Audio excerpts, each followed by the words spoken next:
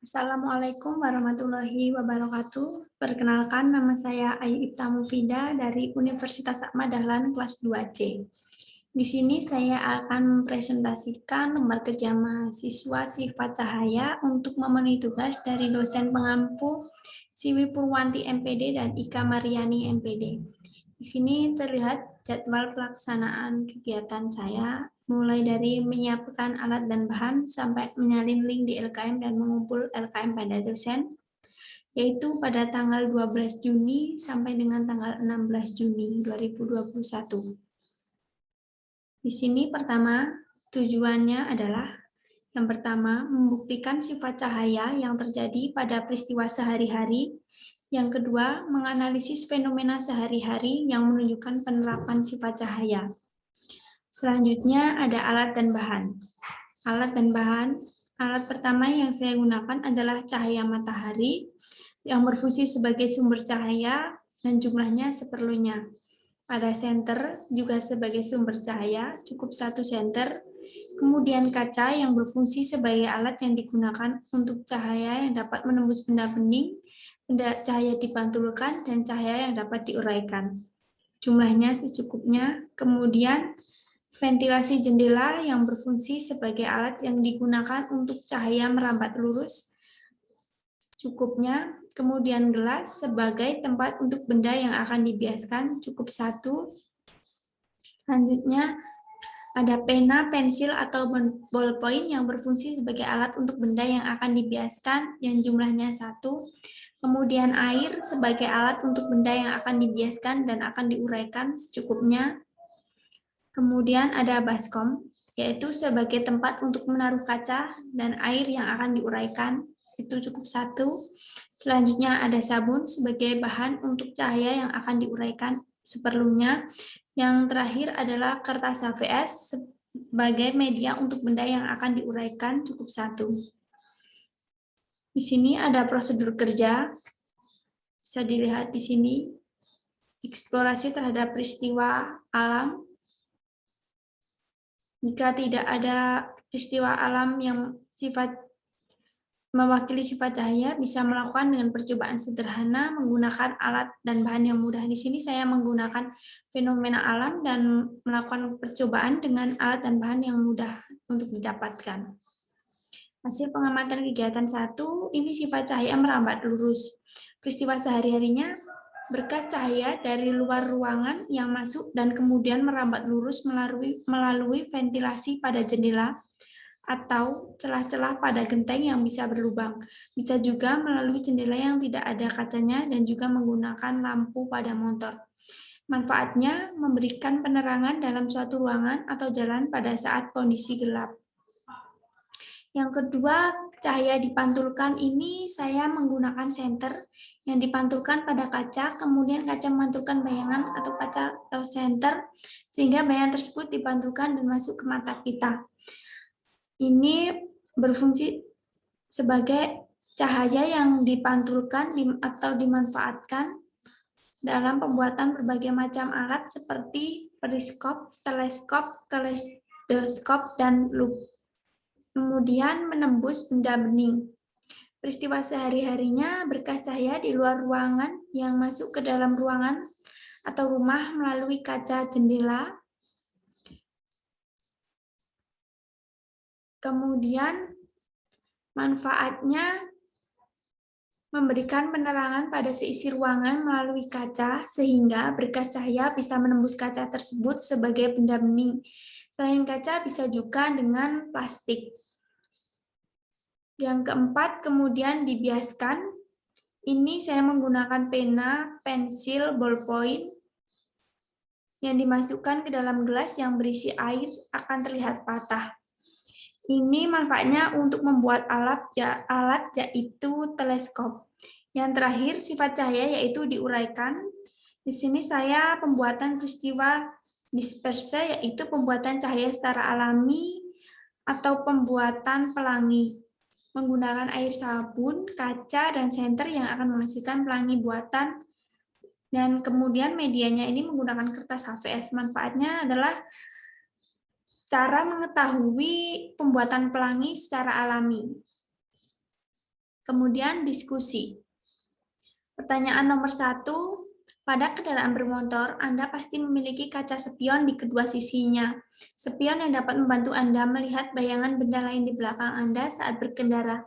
Spion dibuat dengan menggunakan cermin cembung, jelaskan alasannya. Spion kendaraan bermotor dibuat dengan cermin cembung karena cermin cembung memiliki sifat maya, tegak, dan diperkecil. Dengan adanya sifat yang dimiliki cermin cembung, maka semua objek benda yang ada atau objek benda yang terpantul bisa tertangkap cermin cembung dan masuk pada cermin, sehingga bayangan yang tertangkap dalam cermin cembung memiliki sifat bayangan yang kecil. Kemudian nomor 2, pada gelas bening yang berisi air, Anda dapat melakukan percobaan sederhana tentang pembiasan. Caranya, masukkan pensil ke dalam gelas tersebut dan Anda akan melihat pensil seolah-olah dibelokkan ketika memasuki air. Jelaskan fenomena ini dan kaitkan dengan konsep atom dan molekul. Fenomena tersebut terjadi karena adanya perbedaan pada kerapatan optik atau indeks bias antara udara dan air, sehingga arah berkas cahaya yang datang dari udara tidak akan sama dengan arah berkas cahaya di dalam air. Jadi, karena adanya perbedaan kerapatan indeks bias pada udara dan air, inilah yang menyebabkan pensil seolah-olah dibelokkan ketika berada dalam air, padahal sebenarnya tidak. Yang ketiga, Randi sedang bersiap-siap berangkat ke kampus. Setelah mandi dan berpakaian, Randi bercermin di depan cermin rias di kamar kosnya. Bagaimana bentuk dan sifat bayangan Randi pada cermin tersebut? Jelaskan mengapa demikian. Bentuk bayangan tubuh Randi saat bercermin adalah maya, tegak, sama besar, memiliki tinggi yang sama besar dengan objeknya atau tubuh Randi. Hal ini bisa terjadi karena cermin rias yang digunakan Randi pada umumnya berbentuk datar, sehingga terjadi peristiwa pemantulan cahaya berupa bayangan tubuh kita yang terlihat di cermin. Karena cahaya yang dimantulkan oleh tubuh kita, Randi mengenai permukaan cermin dan bayangan tersebut bisa dilihat kembali oleh Randi. 4. Anda tentu sering melihat peristiwa terbentuknya pelangi setelah hujan. Uraikan proses terbentuknya warna-warna pada pelangi tersebut. Proses terbentuknya pelangi dipengaruhi oleh berbagai macam faktor, tidak hanya setelah hujan saja. Pelangi terbentuk salah satu faktor penyebabnya. Maksudnya, selain hujan, pelangi juga memiliki faktor lain yang dapat menyebabkan adanya pelangi. Misalnya, matahari harus berada tepat di garis ozon, serta cahaya matahari tidak boleh terhalangi pegunungan, awan, dan lain sebagainya. Dalam proses pembentukan pelangi, ini mengalami 3 proses. Yang pertama adalah refleksi cahaya, yang artinya butiran air yang ada di udara berfungsi sebagai cermin kecil, sehingga ketika cahaya matahari menyinari butiran air, maka cahayanya akan dipantulkan kembali, dan pada saat terjadi hujan, maka udaranya mengandung banyak butiran air seperti tirai, dan butiran-butiran tersebut akan memantulkan cahaya matahari yang datang. Kemudian yang kedua, disperse cahaya. Artinya, cahaya matahari yang terlihat putih ketika dipantulkan oleh butiran air, maka cahaya akan terdispersi dan membesar sehingga muncul warna-warna pelangi. Yang terakhir adalah refraksi cahaya. Artinya, ketika cahaya pada matahari menembus butiran air yang dipantulkan ke arah yang sedikit berbeda, sehingga warna pelangi akan mengalami refraksi ke arah yang berbeda. Hal ini disebabkan oleh gelombang pada tiap cahaya yang berbeda-beda, dan inilah yang menyebabkan cahaya pelangi menyebar dan melebar seperti kipas. Proses refraksi cahaya inilah yang menyebabkan warna pelangi akan terurut dari warna merah, jingga, kuning, biru, nila, dan ungu, atau sering disebut dengan Meijiku Hibiniu. Selanjutnya nomor 5, gerhana merupakan salah satu fenomena alam yang dapat membuktikan sifat cahaya. Menurut Anda, sifat cahaya yang mana yang dibuktikan oleh gerhana? Berikan penjelasannya. Menurut saya, sifat cahaya yang menunjukkan gerhana adalah gerhana yang merambat lurus. Hal ini terjadi karena pada saat terjadi gerhana, baik gerhana matahari maupun gerhana bulan, cahayanya akan merambat lurus ketika cahayanya melewati suatu benda, maka akan membuat bayangan cahaya yang merambat lurus. Yang terakhir adalah kesimpulan.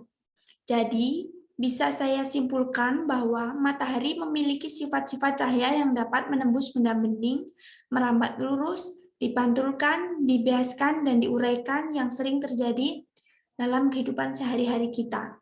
Selama cahaya matahari masih bersinar dengan terang, akan tetapi penggunaan alat seperti senter juga bisa digunakan sebagai alat bantu jika cahaya matahari tidak bersinar dengan terang.